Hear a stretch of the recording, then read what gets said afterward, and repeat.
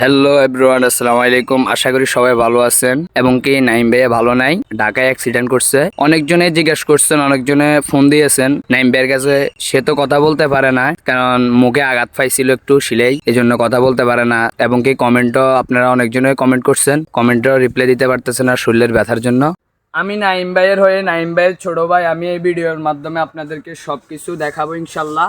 আর আপনারা সবাই এই ভিডিওর পাশে থাকবেন আর দেখতে থাকবেন কিভাবে অ্যাক্সিডেন্ট হয়েছে। সবাই হয়তো নাইম ভাইরে জিজ্ঞেস করছেন কিভাবে অ্যাক্সিডেন্ট হয়েছে, কিন্তু নাইম ভাই তো বলতে পারে না অ্যাক্সিডেন্ট কিভাবে হয়েছে। অ্যাক্সিডেন্ট কিভাবে হয়েছে এটা বললে তার ফেসবুকে ইস্যু দিয়ে দিবে নাইম ভাইয়ার, এই জন্য বলতে পারে না, আপনাদেরকে কমেন্টে রিপ্লাই দিতে পারে নাই। আপনারা কেউ মনে কষ্ট নেবেন না, সবাই নাইম ভাইয়ের পাশে থাকবেন আর দোয়া করবেন তার জন্য। আল্লাহ যেন তার পরিপূর্ণ সুস্থতা হায়াতে দান করুক। 6 তারিখের রাত বন্ধুর সাথে দেখা করে বাসায় ফেরার সময় 10টার সময় অ্যাক্সিডেন্ট হয়েছে। আমার ভাইয়া যাত্রী ছিল, রিক্সা সিএনজির দুর্ঘটনায় অ্যাক্সিডেন্ট হয়েছে। নাইম ভাইয়ার মুখ থেকে শোনা অটো রিক্সা বৃষ্টির সময় অনেক গতিতে গাড়ি চালিয়ে গেছে।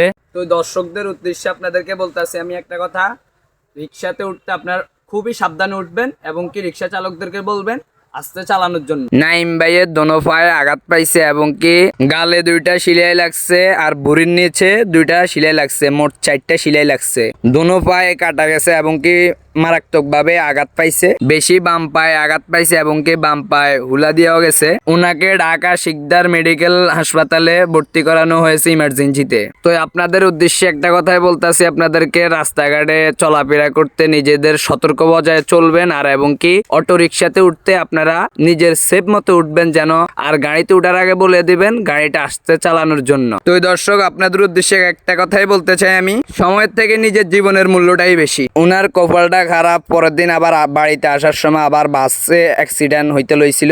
তো আল্লাহ মাফ করছে, সবাই তার জন্য দোয়া করবেন। আশা করি সবাই ভালো থাকবেন এবং কি দোয়া করবেন নাইম ভাইয়ের জন্য। আবারও আপনাদের মাঝে ফেসবুক পেজে আবারও আসবে, আশা করি আপনাদের মাঝে আবারও ভিডিও ছাড়বে। তো আপনাদের কাছে একটাই আশা রইল, আপনারা যেভাবে ভালোবাসা দিয়ে গেছেন নাইম ভাইকে, আবারও আগামী দিনও নাইম ভাইকে ভালোবাসা দিয়ে যাবেন। ইদারিং হয়তো অসুস্থর গতিকে আপনাদের ভিডিও দিতে পারে না এবং কি হয়তো আপনারা বলবেন নাইম ভাই ভিডিও দিচ্ছে না কেন। তো আমি একটা কথাই প্রথম দিয়ে শুরুতে আপনাদেরকে বলছিলাম, নাইম ভাইয়ের হয়ে আপনাদের কাছে আমি বলছি সবাই ভালো থাকবেন, সুস্থ থাকবেন, সবাই দোয়া করবেন।